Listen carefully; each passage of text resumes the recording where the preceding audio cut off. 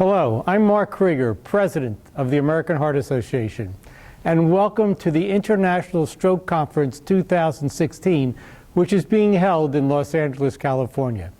This is the world's premier educational event dedicated to the science and treatment of cerebral vascular disease.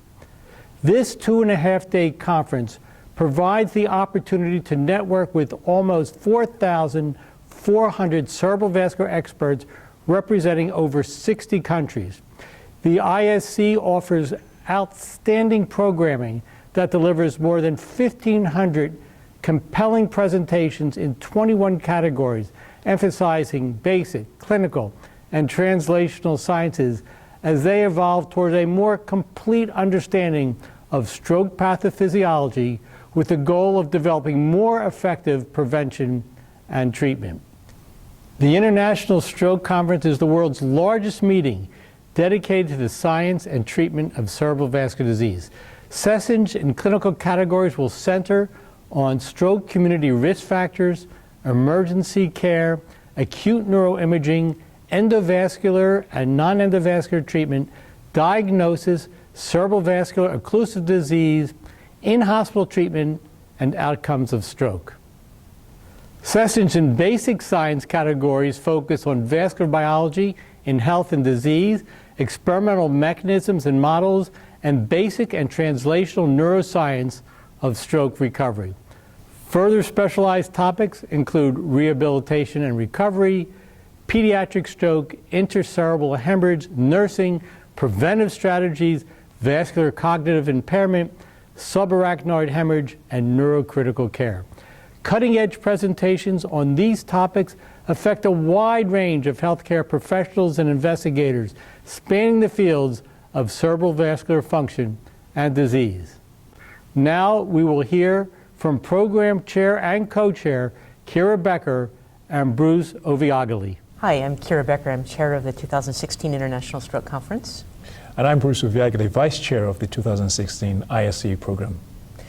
We are looking forward to a really exciting conference this year. There are a number of large profile clinical trials that will be presented. I am particularly looking forward to the results of the CLEAR-IVH study, which is one of the few studies that actually addresses treatment for one of the most deadly kinds of stroke, intercerebral hemorrhage. What are you looking forward to, Bruce? I'm looking forward to the IRIS trial. A large percentage of ischemic stroke and TI patients have insulin resistance, up to 50%. And this would be a first of its kind study testing a drug, pioglitazone, to see if perhaps it might actually reduce the risk of strokes and heart attacks in these patients. Exciting.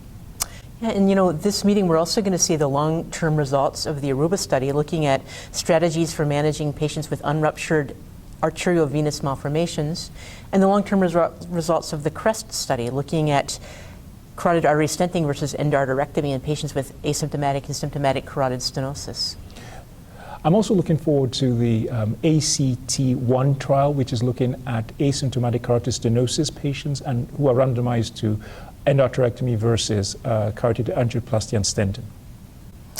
A few other early phase trials that are going to be presented include the ICTIS-2 study, which looks at hypothermia for the treatment of acute stroke, the ACTION study using natalizumab, an antibody that binds to and blocks the migration of T cells for the treatment of acute stroke. There's also the Mr. Witness study, which looks at patients who have had unwitnessed ischemic strokes and uses MRI indices to try and discriminate patients who might benefit from IV thrombolysis. Now, we're also seeing an increase in the number of intracerebral hemorrhages related to anticoagulant use. And we'll see the results of a study looking at the strategy of using prothrombin complex concentrate, PCCs, versus the traditional therapy of FFP or fresh frozen plasma for reversing the anticoagulant effects of warfarin. Another study of interest is the Finding AFib trial. And this is very important because as the population ages, more and more people are going to have AFib. And so the issue here is trying to detect AFib in patients who have experienced an ischemic stroke or a TIA. And this study is looking at extended and repeated monitoring for AFib versus standard of care. I think one other final study to mention is the GAMES study, and this study is a novel study using intravenous glyburide with the aim of preventing cerebral edema in patients who have large middle cerebral artery infarcts. It's an early phase study, but a very novel approach. So you've heard a lot about all the great scientific developments that are going to be presented at this particular conference. But what's really important is for you to take that science home with you and let your patients benefit from the amazing science that's presented at this conference. We really have enjoyed talking about these scientific developments and hope to see you around at the various sessions during this conference. Thank you.